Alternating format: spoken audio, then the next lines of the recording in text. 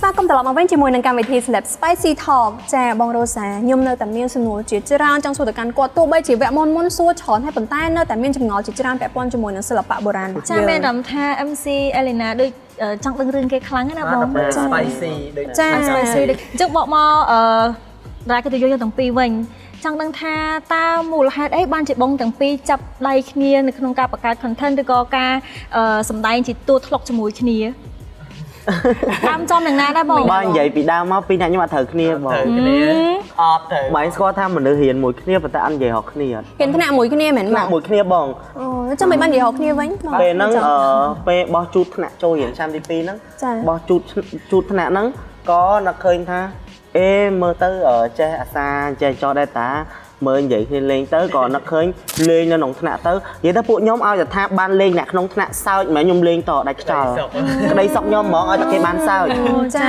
ចាអញ្ចឹងដល់ពេលទៅយើងក៏ទាញទូរស័ព្ទថតវីដេអូកក់សក់ហ្នឹងណាពេលហ្នឹងពួកបោះថ្នាក់តាខ្ញុំចាប់បានពេលហ្នឹងគេបោះថ្នាក់អីទៅចូលសាលាអញ្ចឹងបោះជួប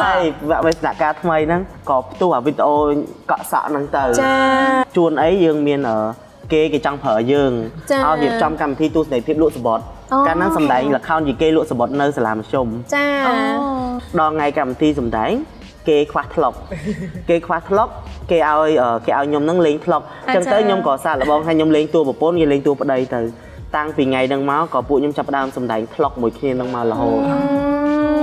នេះបើសិនជាគូព្រេងគេហៅថាគូព្រេងមិនប្រវត្តិណាចាអត់ប្រវត្តិទេបងគ្នាសំដីចាក់ទឹកអត់លិចមិត្តភាពដែលល្អគឺកើតឡើងពីការប្រកួតប្រជែងអញ្ចឹងណាចង់នឹងថាបងទាំងពីរមានក្តីសង្ឃឹមហើយមានការរំពឹងទុកបែបណាដែរទៅលើសិល្បៈបុរាណរបស់យើងខ្ញុំរំពឹងថានៅក្នុងឆ្នាំ2026ខាងមុខនេះសិល្បៈបុរាណនឹងរីកបន្ថែមជាងនឹងទៀតហើយអ្នកដែលមានសមត្ថភាពខ្ញុំសូមឲ្យពួកគាត់ដំឡើងនៅស្នាដៃនិងបង្ហាញពីសមត្ថភាពរបស់គាត់សូមឲ្យពួកគាត់ត្រឡប់មកធ្វើប្រើប្រាស់នៅចំណេះដឹងរបស់ពួកគាត់ដើម្បីបង្ហាញឲ្យយុវជនជំនាន់ក្រោយបានស្គាល់បានដឹងពីទម្រង់ហើយបានគេហៅថាអភិរក្សនិងអភិវឌ្ឍជំនាញរបស់យើងតទៅមុខទៀតជាក់ស្ដែងដោយទម្រង់អាយ៉ៃចឹងឥឡូវនេះអត់ទាន់មានស្រីទៅរៀនទេអត់មានច្រើនបាទមានច្រើនចាប៉ុន្តែក៏ចង់ឲ្យបងជួយប្រាប់ដែរថាទៅរៀនអាយ៉ៃនឹងរៀននៅណាដើម្បីខៃឡូថាមានអ្នកដែលគេចាប់អារម្មណ៍គាត់អាចដឹងតាមកម្មវិធីរបស់យើងដូចគ្នាថាចង់ទៅរៀននៅណាបានអញ្ចឹងណាបងចំពោះសិល្បៈអាយ៉ៃគឺយើងមានជាគោលហ្មងគឺសាលាមធ្យមចិត្តសិល្បៈបាទហើយមួយទៀតគឺអាចអញ្ជើញទៅសុំការសិក្សាពីអ្នកគ្រូអុកសុផាដែលគាត់ឥឡូវនេះគឺកំពុងតែគាត់ចង់បង្ហាត់ក្មេងៗមែនតើហើយមួយទៀតគឺនៅមានសមាគមសិល្បៈអភិរក្សសិល្បៈខ្មែរបាទរៀនសៅរ៍អាទិត្យទេហ្នឹងហើយអាចតាក់ទងមើលបានហ្នឹងហើយចាខ្ញុំចាប់អារម្មណ៍ជាមួយនឹងបងតារ៉ូមុននឹងគាត់និយាយពាក់ព័ន្ធជាមួយនឹងការរីកចម្រើននៃវិស័យសិល្បៈបុរាណរបស់យើងឃើញថាមួយរយៈនេះមានការរីកចម្រើនច្រើនក៏ដូចមានការផ្ទុះច្រើនដោយសារតែមានបងសិល្បករអ្នកដែលគាត់មានកេរ្តិ៍ឈ្មោះអីគាត់ព្យាយាមជួយលើកស្ទួយតែកាលពីមុនមកឃើញថាអត់សូវមានអ្នកគាំទ្រទេបងដែលមានផ្នត់គំនិតឬក៏មានការងងឆ្ងល់ថាហេតុអីបានជាសិល្បៈបុរាណរបស់យើងខ្វះការគាំទ្របែបហ្នឹងដោយសារខ្ញុំគិតថាគឺដោយសារតែសិល្បៈបុរាណពុំមានការបង្ហាញចេញឬក៏ការសម្ដែងដែលឲ្យទស្សនិកជនឬក៏សាធារណជនបានទស្សនាហើយតែពេលអត់បានដឹងអត់បានលឺអត់បានឃើញវាស្មើនឹងបាត់បង់ចាអញ្ចឹងនៅពេលដែលយុវជនគាត់បានត្រឡប់មកស្វែងយល់និងស្រាវជ្រាវនិងបង្កើតកម្មវិធីការសម្ដែងជូនទៅសាធារណជនហើយមានទាំងកម្មវិធីសម្ដែងទស្សនីយភាពល្ខោននិយាយល្ខោនប្រមោតីល្ខោនភាសាល្ខោនយីកេទស្សនីយភាពល្ខោនបរិយាទ្រព្យក៏ដូចជាមានកម្មវិធីពិព័រណ៍ក៏ដូចជាសង្ក្រាន្តផ្សេងៗដែលបានលើកយកនៅសិល្បៈបុរាណយកមកសម្ដែងនិងបង្ហាញជូនសាធារណជនទើបធ្វើឲ្យសិល្បៈបុរាណយើងនឹងមានភាពរីកចម្រើនបានមួយកម្រិតបន្ថែមទៀតចាអញ្ចឹងពាក់ព័ន្ធនិយាយជាមួយនឹងការពិខែមីនាខ្ញុំឃើញថាល្បែងបរិយាទ្រព្យខ្មែររបស់យើងបានយកទៅសម្ដែងនៅទីក្រុងប៉ារីសនៅប្រទេសបារាំងហើយសបុតគឺលក់អស់មុនកំណត់ចា៎មានទស្សនិកជនគាត់ទៅទស្សនាច្រើនខ្លាំងមែនតើនៅឆាកអន្តរជាតិចង់ដឹងថាបងទាំងពីរដែលមានឱកាសទៅសម្ដែងនៅឆាកអន្តរជាតិដែរឬក៏អត់សម្រាប់ខ្ញុំធ្លាប់បានទៅសម្ដែងនៅប្រទេសចិនបាន6លើកដែរដែលលើកទី1ទៅជាមួយនឹង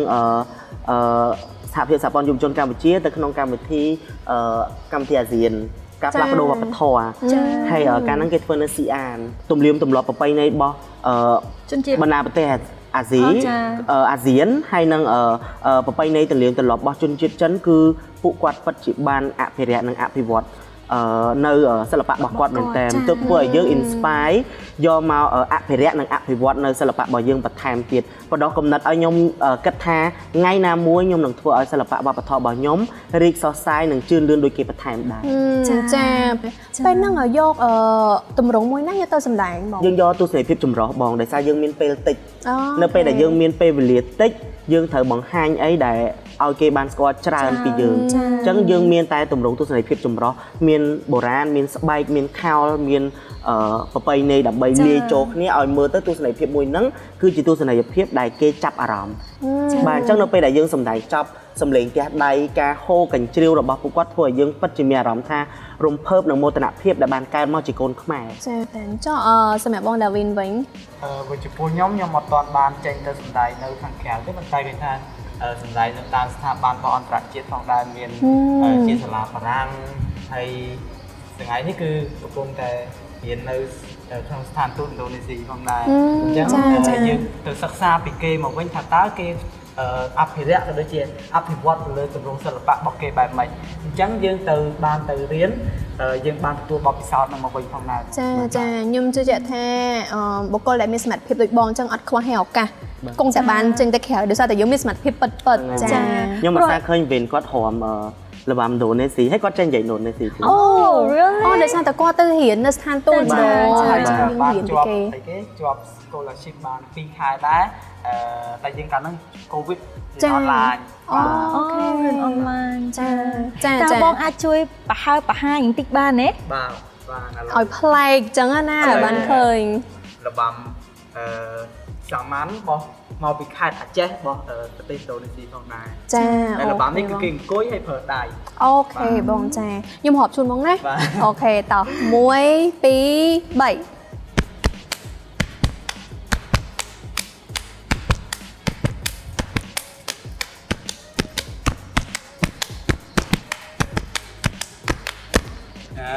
អូ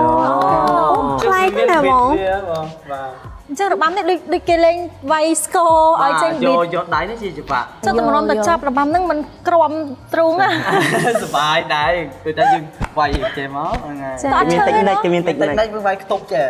គេលឺខ្លាំងតែអត់ឈឺខ្លាំងទេដល់ពេលបានសម្ដែងគ្នាច្រើនទៅកាន់តែសុបាយចាយល់បងចំពោះបងគិតថាតើសិល្បៈបុរាណយើងហ្នឹងមានសារៈសំខាន់នៃគេខ្លះដែលពួកខ្ញុំក៏ដូចជាពួកបងឬក៏ទស្សនិកជនទាំងអស់ត្រូវការគាំទ្រហើយនឹងលើកស្ទួយបន្តទៅទៀតបាទបងបើសម្រាប់ពួកយើងទាំងពីរនាក់ក៏ដូចជាជាក់ស្ដែងហ្មងសិល្បៈហ្នឹងសិល្បៈវប្បធម៌គឺជាដួងព្រលឹងប្រទេសជាតិគឺជាអត្តសញ្ញាណជាតិរបស់យើងបើសិនជាយើងអត់មានសិល្បៈវប្បធម៌ហ្នឹងទេយើងពិបាកនឹងស្គាល់ខ្លួនឯងយើងពិបាកនៅក្នុងការបង្ហាញប្រាប់គេថា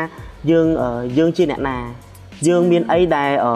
ជាអត្តសញ្ញាណរបស់យើងបើសិនជាយើងបាត់បង់គឺស្មើនឹងយើងបាត់បង់ប្រទេសជាតិយើងដែរចាស្លោកគេថាវប្បធម៌លុតជាតិរលាយណាបងចាវប្បធម៌ពុនរាជជាតិកាងចាអញ្ចឹងដូចថានៅក្រសួងវប្បធម៌គាត់បានដាក់ពាក្យស្លោកថាអភិរក្សនិងអភិវឌ្ឍចាយើងអភិរក្សរបស់ចាស់ហើយយើងអភិវឌ្ឍរបស់ថ្មីចាទស្សនិកជនទាំងអស់គ្នានៅក្នុងវគ្គនេះផងដែរខ្ញុំពិតជាទទួលបាននូវចំណេះដឹងជាច្រើនពាក់ព័ន្ធជាមួយនឹងសិល្បៈបុរាណខ្មែរហើយខ្ញុំជឿជាក់ថាទស្សនិកជនទាំងអស់គ្នាក៏បានជ្រាបកាន់តែច្បាស់ដែរអញ្ចឹងនៅក្នុងវគ្គក្រោយវិញយើងក៏មានជាមួយនឹងសំណួរដែលប្លែកពីនេះសួរទៅកាន់បងទាំងពីរនៅក្នុងវគ្គនេះមុននឹងបិទព្រេកក៏នាងខ្ញុំសូមអរគុណទៅដល់ម្ចាស់ឧបត្ថម្ភកម្មវិធី Vaseline ធ្វើស្បែកសភ្លឺថ្លាក្នុងរយៈពេល7ថ្ងៃ